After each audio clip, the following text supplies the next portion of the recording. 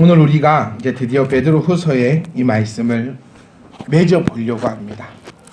우리는 이렇게 해서 시작했습니다. 예수 그리스도의 종이며 사도인 시몬 베드로가 우리 하나님과 구주 예수 그리스도의 의를 힘입어 동일하게 형제된 우리들에게 하나님의 그 성품을 닮아가야 함을 강력하게 이야기하면서 그렇게 되어야지만 우리가 아름다운 열매를 맺고 11절 말씀입니다. 최종적으로 우리가 바라고 있는 예수 그리스도의 나라에 넉넉하게 들어갈 수 있음을 우리에게 말씀해 주고 있었습니다.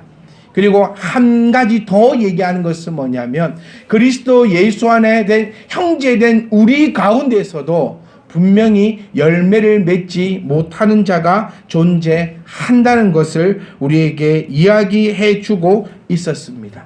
왜 그러냐면 선택을 함에 있어서 육신에 썩어질 것을 선택하는 자가 있다라는 것이에요.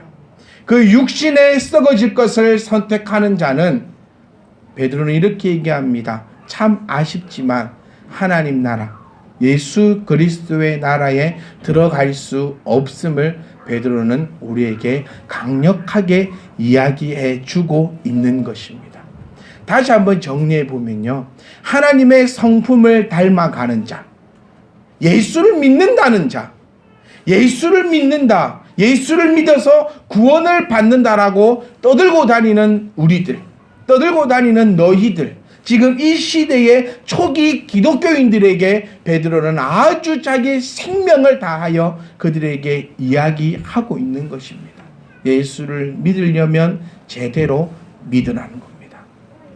그냥 교회 다닌다고, 내가 태어날 때부터 모태신앙이었다고, 우리 부모님이 목사고 장로고 집사고 뭐라고 해서 구원이 너에게 있는 것이 아니라 형제된 여러분들이요, 우리가 이 하나님의 성품을 닮아갈 때여야지만 우리가 자신 있게 나는 예수 믿는 사람이다라고 이야기할 수 있고, 더 정확하게 얘기하면 나는 구원받은 사람이다라고 하나님께서 요한계시록 말씀에 의해 인치심을 받은 자다라고 베드로는 이야기하고 있다는 겁니다.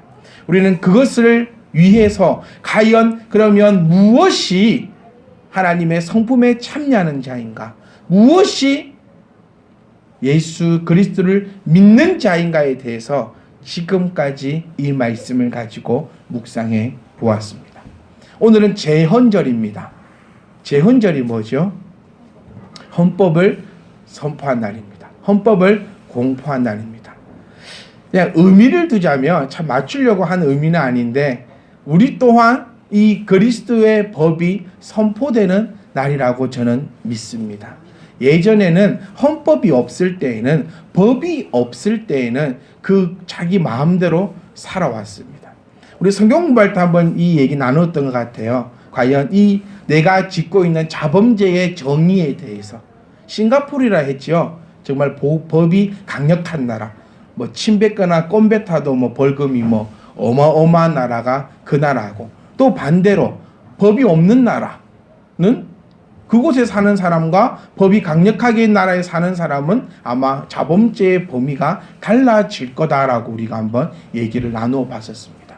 우리나라도요, 헌법이 없을 때에는 아마 어떤 것들은 죄가 되지 않았을 수도 있습니다. 근데 그 법이 생김으로 말미암아, 어저께까지는 죄가 아니었는데 그 법이 생김으로 말미암아서 오늘부터는 죄가 되고, 죄가 되니까 처벌을 받게 되었을 겁니다. 말씀도 마찬가지입니다. 우리가 어제까지는 몰랐다면, 그 법이 선포되지 제정되지 못하였다면, 이제는 이 하나님의 법이 제정되고 선포되어니 이 법 안에서 저와 여러분들이 하나님을 믿는 자, 예수 그리스도를 믿는 자, 다시 말하면 하나님의 백성으로서의 알맞은 삶으로 나아갈 수 있기를 간절히 소망합니다. 여러분, 믿음으로 포문을 열었습니다.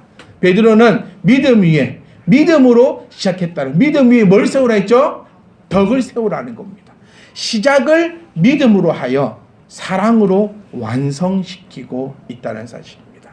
우리 주님의 사역을 한번 정리해 보면요, 주님의 사역 또한 믿음으로 시작했습니다. 주님께서 사역하는 그 순간순간마다 주님께서 외쳤던 것은 나를 믿으라는 거였어요. 주 예수를 믿으라. 그리하면 너와 내 집이 구원을 얻을 것이다 라고 믿음으로 시작을 했습니다. 그리고 주님의 이 사역의 맨 마지막은 사랑이었다는 겁니다. 이 사랑이 바로 십자가에서 쏟으신 완벽한 사랑이라는 거죠. 우리에게도 이것을 말하고 있습니다. 믿음 있는 자들은 무엇으로 끝이 나야 된다? 사랑으로 끝이 나야 한다는 겁니다. 그런데 지금 베드로후서 이 본문에서 말하고 있는 사랑은요, 고린도전서 13장에 나오고 있는 사랑과는 다른 사랑을 얘기하고 있습니다. 베드로전서 13장에 나오는 말씀은 저와 여러분이 너무나 잘 아는 겁니다. 사랑은 언제나 오래 참고, 그 부분이요. 다시 말하면 무엇을 얘기하냐면, 여기서 말하고 있는 사랑을 더해라, 사랑으로 완성하라는 것은 사람과 사람의 사이의 사랑이 아니라, 사람과 사랑의 사랑은 뭐였지요? 형제의 우애로서 표현을 했습니다. 형제 우애에 무엇을 더하라? 사랑을 더하라. 믿음 있는 자는 당연히 덕이 있어요. 이거 쭉쭉쭉 갑니다. 그리고 형제를 사랑하는 이 형제 우애에 사랑을 더하라. 이것을 우리가 이 비밀을 잘못 풀면, 잘못 생각하면 역전 앞이 되는 것밖에 안 됩니다. 역전 앞. 같은 말이에요. 보면서 사랑해야 되겠네, 그 의미가 아니라는 겁니다. 여기서 말하는 사랑은 사람과 사람의 사랑이 아니라 완전한 사랑을 이야기하고 있다는 겁니다. 그 완전한 사랑은 과연 무엇이냐? 여기서 말하고 있는 이 사랑은 우리가 하나님을 사랑하라는 겁니다. 육신의 것을 이야기하고 있는 것이 아니라 영적인 것을 이야기하고 있다는 것이에요. 저는 여러분께 묻고 싶습니다. 하나님을 얼마나 사랑하십니까? 그리고 우리 형제들을 얼마나 우애 있게 살고 있습니까? 하나님을 사랑하는 자는 형제와 우애롭게 지냅니다. 하나님을 사랑하는 자는 인내합니다. 하나님을 사랑하는 자는 절제합니다. 하나님을 사랑하는 자는 덕이 넘칩니다. 하나님을 사랑하는 자는 믿음이 충만한 자라는 겁니다. 그래서 믿음으로 시작하여 이 사랑으로 문을 딱 닫아주면서 우리에게 명령하시는 거예요. 저는 이 말씀을 정말 그저 흘러 지나가던 한편의 설교처럼 듣는 것이 아니라 여러분의 인생이 전환점이 되기를 간절히 부탁드립니다. 우리 이렇게 살아야 합니다. 제가 어떤 말로 어떻게 더 강하게 말씀을 드려야 할까요? 우리는 이렇게 살아야 합니다. 저는 되지도 않는 예화를 말씀드리고 싶지 않습니다. 누가 이렇게 살다가 이렇게 죽었다더라. 누가 이렇게 살다가 이렇게 망했다더라. 누가 이렇게 살다가 이렇게 됐다더라. 우리 한국 사람들은 이런 얘기를 좋아하는 것 같아요. 누가야? 믿음 없이 더 안쓰럽고 살다가 교회 마치고 집에 가다가 잘 맞춰 죽었대. 그래. 요거를 좋아하지. 어떤 집사님이 믿음으로 살다가 하나님께서 복을 이만큼 주셨대. 아이고 배 아파라. 왜 우리는 이런 신앙을 살아가고 있는지 모르겠어요. 저는 이런 예화 들고 싶지 않아요. 저는 그냥 베드로가 했던 것처럼 하나님이 저에게 주시는 그 은혜대로 여러분들에게 정말 강력하게 말씀드리고 싶습니다. 여러분, 우리 예수 믿는 사람처럼 삽시다. 더 강하게 말씀드릴게요. 우리 예수 믿읍시다. 아멘. 그래서 믿음으로 시작하여 이 사랑으로 문을 딱 닫아야 한다는 겁니다. 하나님께서 우리에게 먼저 보여주셨다는 겁니다. 여러분, 사랑이 무엇인가? 이 얘기를 하려면 오늘 책 2권 써야 됩니다. 내가 사랑하는 사랑론가, 네가 사랑하는 사랑론. 사랑이 뭐라 생각하세요? 강호동이가 가장 잘 물어보더라고요. 사랑이 뭡니까? 사랑을 뭐라 생각합니까? 지금 그것을 말씀드리고 싶은 게 아니라 정말 저에게 주어진 시간이 얼마 없는 여러분 다 아시지 않습니까? 이 짧은 시간 내에 진짜 시계 보지 마시라니까. 네. 그 압박이 온다니까요, 시계를 보면.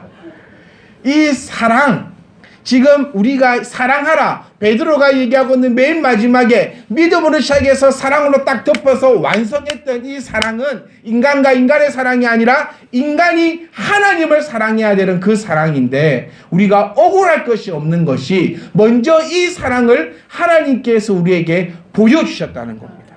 하나님의 사랑이 뭡니까? 돈 많이 벌게 해주는 게 하나님의 사랑입니까? 아니요. 내 자식 잘되게 해주는 게 하나님의 사랑입니까? 나는 나쁜 짓 해도 막 앞으로 넘어지는데, 뒤로 자빠지는데 코 안 깨지는 게 사랑입니까? 그런 것이 사랑이 아니라 하나님께서 완성하시고 우리에게 완벽하게 보여주신 그 사랑이 바로 예수 그리스도라는 겁니다. 이 예수 그리스도가 뭡니까? 우리에게 가장 큰 사랑은 바로 생명이라는 것입니다. 우리에게 하나님께서 먼저 생명을 우리에게 허락하셨다는 거죠. 그래서 하나님을 향한 나의 이 사랑이 과연 무엇인가? 그 사랑을 이야기할 때 우리는 먼저 책임을 얘기해야 됩니다. 책임질 줄 아는 것이 사랑입니다.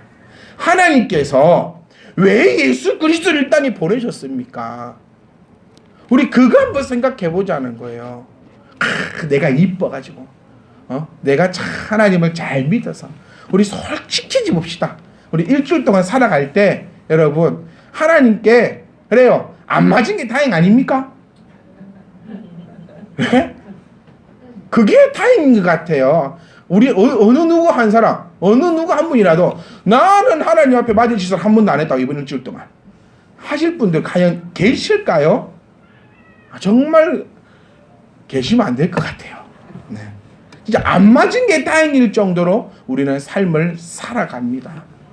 내가 자각하고 있는 것도 그 정도인데 자각하고 있지 못한 것은 과연 얼만큼입니까? 그런데 이 나를 정말 시편 말씀, 잠언 말씀처럼 정말 이 벌레보다 못한 나를 위해서 하나님께서는 왜 예수 그리스도를 친히 이 땅에 보내시오? 하나님의 본체 되신 예수를 이 땅에 보내요. 왜 예수님이 그 고통 가운데 죽어가야 했냐는 겁니다. 이것이 바로 하나님이 우리에게 보여주시는 사랑의 책임입니다. 하나님이 우리를 만드셨고, 하나님이 우리를 하나님의 자녀라고 칭하여 주셨고, 자, 우리에게 붙어있는 말씀, 생육하고 번성하고 충만하고 정복하라. 누가 하신 말씀이에요? 하나님이 하신 말씀입니다. 이것을 책임지시기 위해서 하나님은 우리에게 그 완벽한 사랑 예수 그리스도를 보내주셨다는 겁니다. 그런데 우리는 하나님을 향한 사랑에 책임을 지고 있냐는 겁니다. 비겁하지 않고 하나님께서 주신 그 사랑에 내가 다시 그 사랑을 책임을 지고 있냐는 겁니다. 또한 사랑은요, 희생입니다. 희생. 하나님께서 우리를 사랑하시어 하나님 본체 되신 예수 그리스도를 통하여서 직접 희생하셨습니다. 여러분 얼마만큼 희생하며 살아갑니까? 하나님을 위해서 나는 얼마만큼의 희생을 하며 나아가고 있냐는 것입니다. 저희 아들이 많이 먹어요. 정말 많이 먹습니다. 그때 저희 부모님이 이렇게 얘기합니다. 아빠처럼 된다. 가만히 듣고 있으면요, 막 먹고 있는 애한테 그것도 아빠처럼 얘기 아니라 놀라면서 아빠 봐라. 네 아빠 봐라. 네 이렇게 많이 먹다가는 아빠처럼 된다. 그리고 제가 잘못 들었는가 잘못 들었는지 모르겠지만 제가 이런 얘기 들은 것 같아요. 내가 왜 아빠는 실패를 했는데 니는 실패 안 한다. 희찬이 엄마 일로 오래가지고 내가 남편이 8살, 9살 때부터 살이 찌기 시작했다고. 그러니까 한 번에 실패했으니까 이제 두 번의 실패는 하면 안 된다. 이게 가만히 듣고, 여러분 이게 좋은 소리입니까? 나쁜 소리입니까? 많이 먹으면 아빠처럼 된다. 뭐 어찌 된다. 이게 참 기분 나쁜 얘기인데요. 살아오면서 정말 기분 나쁜 얘기가 이 돼지란 얘기, 이 뚱뚱보란 얘기, 그런 얘기 정말 듣기 싫었거든요. 왜냐고요? 뚱뚱하니까요. 에? 무식한 사람아 이렇게 얘기하죠. 안 무식한 사람은 화 안 납니다. 그런데 진짜 무식한 사람이 화가 나요. 뚱뚱보야 얘기하죠. 안 뚱뚱한 사람은 여기서 화 안 나신 분 아무도 안 계시네. 여기서 뚱뚱보야 이랬을 때 저보다 가슴이 덜컥 아씨 나한테 또 그러네. 근데 안 뚱뚱하신 분들은 뚱뚱보야 해도 마음이 안 상해요. 근데 뚱뚱한 사람들만 뚱뚱보야 길 가다가 뚱뚱아 이러면 쳐다봅니다. 이렇게. 제가 여러분 혹시 제가 잘 한 번씩 만나거든요. 수안지구에서. 그때 뒤에서 뚱뚱보 이래 볼게요. 여러분 쳐다보는가 안 쳐다보는가. 이게 쳐다봅니다. 왜? 내가 거기에 걸리거든요. 그런데 제가 가장 듣기 싫은 소리를 저희 아들한테 하는데 듣기 싫지 않아요. 저도 마음속으로 그럽니다. 맞아 나처럼 된다. 너 이렇게 많이 먹다가는 밤낮 없이 먹다가는 나처럼 된다. 나도 키가 될 줄 알고 먹었지. 옆으로 버려지게 생각하고 먹었다. 그런데 키가 안 되더라. 근데 그 대해서 가장 아픈 상처이고 가장 열받는 말이고 가장 이 안 좋은 말도 내가 사랑하니 희생이 된다는 것입니다. 여러분 하나님을 향해서 희생할 수 있기를 간절히 소망합니다. 그리고 사랑은요 조건이 없습니다. 조건이 없는 게 사랑입니다. 그런데 우리는 하나님을 향해 사랑할 때 내가 얼마나 조건적인지를 한번 생각해 보십시오. 하나님께 여러분은 어떤 조건을 오늘도 내걸고 있습니까? 어쩌면 내가 하나님을 떠날 그 구심점을 찾고 살아가는 자는 혹시 아닙니까? 내가 하나님을 믿는 이유가 나 건강해지기 위해서. 내가 딱 안 건강해지기만 해봐. 내가 딱 이렇게 교회 다니고 하나님 앞에 이렇게 하는데 내가 딱 내 몸이 딱 한번 아파 봐봐. 그럼 나는 탁 튀어나가려니까. 혹시 그런 마음을 가지면서 살아가고 있지 않습니까? 하나님이 우리를 사랑하실 때에 조건을 한번 걸었다 생각해 보십시오. 우리는 아무도 그 사랑을 받을 자가 없습니다. 근데 하나님께서는 책임을 지셨고 그 책임에 희생을 하시며 조건 없이 우리들을 사랑해 주셨습니다. 진정한 사랑은 받는 것이 아니라 나누어 주는 사랑이 진정한 사랑이라고 얘기합니다. 여러분 언제까지 이 사랑을 받으려고 애걸하는 자가 되겠습니까? 우리는 이 사랑을 나누어 자는 자가 되어야 합니다. 저 여러분들께 정말 강력하게 말씀드리고 싶습니다. 하나님을 사랑하십시오. 그게 예수 믿는 자입니다. 여러분들께 더 강하게 한번 질문해 보고 싶습니다. 내 스스로에게 질문을 해보세요. 내가 자녀보다는 하나님을 더 사랑하고 있는가? 내가 돈보다 하나님을 더 사랑하고 있는가? 내가 명예보다 하나님을 더 사랑하고 있는가? 내 스스로에게 한번 질문해 보십시오. 제가 이 말씀을 준비하고 스스로 질문을 하면서 너무나 힘들었던 것이 있습니다. 자녀보다 내가 하나님을 더 사랑하고 있는가? 자녀는요 모든 것이 용납되답니다. 네, 모든 게 다 용납이 됩니다. 희한하지요. 제가 제 입에 들어갈 먹을 것을 빼서 줄 줄은 아무도 몰랐습니다. 저희가 오리 훈제, 주원산 오리 훈제를 시켰습니다. 드시고 싶으시면 저희 집에 오시면 드립니다. 저는 홈쇼핑 보고 엄청나게 많은 줄 알았는데 손바닥 크기만한 게 15개밖에 없어요. 네, 근데 오면은 이제 15마리 오면은 교회도 나눠 먹고 이렇게 집사님들 좀 드리고 이렇게 해야 되겠다 싶었는데 딱 닭다리 한 개, 그 오리 다리 한 개 잘라 놓은 것 같아요. 이렇게 어저께 저희 한 끼에 5팩 먹었거든요. 한 끼에 5팩을 먹었는데 그걸 다 맛있게 먹고 있었어요. 맛있게 먹고 있는데 희찬이 막 얘기합니다. 젓가락 넣으세요 이제. 애들 다 먹었어요. 그래서 제가 막 구분해서 껍데기만 주워 먹고 있어요. 살은 못 먹고 껍데기만 주워 먹습니다. 네, 제가 일이 될 줄은 몰랐어요. 자녀에게는 모든 게 다 용납이 되답니다. 네. 자녀에게는요, 내 수중에 있는 어떠한 돈이라도 다 줄 수 있더라고요. 제 얘기입니다. 제 얘기.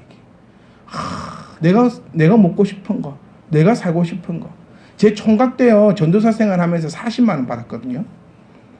부족함이 없이 살았어요, 저. 네. 길 가다가 먹고 싶은 거 있으면 먹고, 남자가 뭐 사고 싶은 게 있으면 얼마나 사고 싶습니까? 화장품도 저는 안 바르고 다녔는데, 뭐 사고 싶은 거 있으면 옷도 저는 안 사 입었어요. 뭐, 마음껏 사다 먹었어요. 근데 지금은 40만 원에 비하면 몇 배를 더 받습니다. 근데 뭘 한 개 살 수가 없어요. 왜? 이거 안 사면 뭐 할 수 있는데, 내 자식한테 좋은 거 해줄 수 있는데. 점심도 저희 맛있는 거 못 먹어요. 점심 맛있는 거 먹으러 가려면요, 그 유치원에서 공부하고 있을 애가 마음에 걸려요. 이 저녁에 데리고 가면 참 맛있게 먹을 건데, 내가 점심 때 뭐 이거 안 사 먹으면 한정돼 있지 않습니까? 여러분 다 한정돼 있어요. 이걸 좀 어려운 말로 기회비용이라 합니다.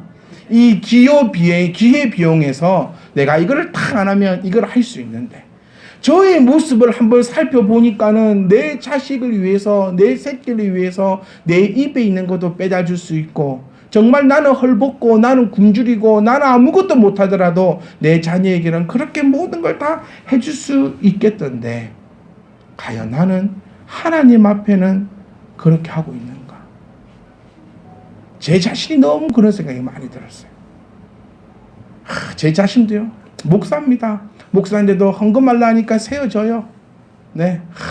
근데 참 총각 때 아니랬는데, 진짜 불 속에라도 들어가서 내가 주의 복음을 전하다가 죽겠다고 내가 다짐했던 그런 사람인데, 내가 왜 이러나? 여러분들은 어떠하십니까? 자녀보다 하나님 더 사랑합니까? 명예보다 하나님 더 사랑합니까? 왜 그렇게 안 되는가 한번 생각을 해보니까 요한삼서 1장 2절의 말씀을 간과하고 있다는 겁니다. 내 영혼이 잘된 같이 내가 범사가 잘되고 강건해진다라고 분명히 하나님은 말씀하고 있는데, 내가 영적인 사람이 되지 못하고 내가 육적인 사람이 되어 내가 육신의 안위만 생각하고 나아가고 있던 자가 아닌가. 자녀를 위해서는 여러분, 회사 월차도 냅니다. 월차 내어서 뭐 재롱잔치 한대 해보세요. 월차 내서 갑니다. 애 좀 아파 보세요. 모든 걸 다, 내 것을 다 손해보면서 다 할 수 있습니다. 애를 키우신 분도 공감하실 것이고, 지금 애기를 키우고 있는 우리들도 공감할 것이고. 그런데 교회를 위해서 뭐 한다 했을 때 여러분, 그 마음은 가지고 있습니까? 애가 이럴 때, 직장이 이럴 때, 이럴 때 저럴 때, 정말 나의 모든 것을 희생하면서 할 수 있을 때, 할 수 있는데, 교회를 위해서는 우리는 다 고백하고 알고 있습니다. 교회는 하나님의 집이며 주님의 몸이라는 사실을 우리는 알고 있습니다. 내 교회 모여서 우리 전도 한번 합시다. 그때 기쁨으로 여러분 했습니까? 기쁨으로 감당합니까? 내 자녀하고 어디 가야 된다 할 때는 내가 만사를 내팽개치고 그곳에 올인하고 있는 우리들이던데, 그게 바로 내 모습이던데, 왜 교회를 위해서는, 하나님의 집을 위해서는, 주님의 몸을 위해서는 나는 그 어떤 것도 할 수가 없는가? 내 자녀가 병원에 입원해서 혹은 아프거나 학교를 가야 되거나 뭘 해야 될 때는 내가 온갖 수단과 방법을 가리지 않고도 다 하는데, 내가 하나님 앞에 이 예물 드리는 것조차도 내가 얼마나 마음을 생각하며 사랑을 다하여 내가 아버지 앞에 드리고 있던가 라는 생각으로 정말 한 주간 많은 것을 바라보았습니다. 내 자녀 사랑하지 말란 얘기 아닙니다. 그래요, 내가 오늘 이 말씀 듣고 네 새끼가 아파도 내가 병원 날 때까지 갈 거야. 새끼 막 재롱잔치 한다해도 내가 안 가. 요게 아니라 내 자녀도 내 마음을 다하여 사랑하시고, 돈도 물질도, 명예도, 권력도 사랑을 하시되 하나님을 더욱더 사랑할 수 있기를 간절히 소망합니다. 하나님을 사랑하는 것이 무엇입니까? 하나님을 진짜 사랑하는 것은요, 요한일서 5장의 말씀에 나오고 있습니다. 5장 3절 말씀에 하나님을 사랑하는 것은 이것이다. 답을 딱 내주고 있습니다. 하나님을 사랑하는 것은 이것이니 우리가 그의 계명을 지키는 것이다. 그런데 그 계명은 무거운 것이 아니다. 하나님께 남자는 세상을 이긴다 하고 있어요. 그런데 우리는 내 힘으로 세상을 이겨보려고 하니까 세상한테 매일 지는 거예요. 여러분, 우리 기억합시다. 범사가 잘 되려면 내 영혼이 잘 되면 돼요. 범사가 잘 되면 내 영혼이 잘 되는 것이 아니라 내 영혼이 잘 되면 범사는 당연히 잘 되고 있음을 말씀을 통하여 우리에게 언약해 주고 있습니다. 예수 믿는 자들이 왜 요걸 못 믿냐는 거예요. 요걸 못 믿는다면 여러분, 예수도 믿지 마세요. 동정녀 몸에서 나가지고 주님이 십자가에 못 박히시고 3일 만에 부활하셨다가 다시 하늘로 올라가셨고 다시 심판하러 이 땅에 오실 것이라는 것을, 이 어마어마한 것을 믿으시는 여러분들께서 영혼이 잘된 같이 범사가 잘 될 것이라는 요 말씀을 왜 못 믿냐는 겁니다.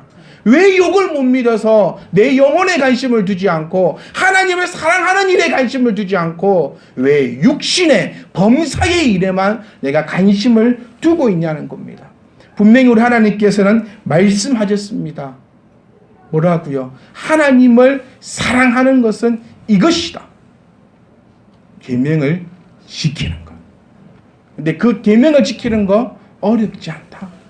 만약 여러분 계명을 지키는 게 무겁게 느껴지잖아요.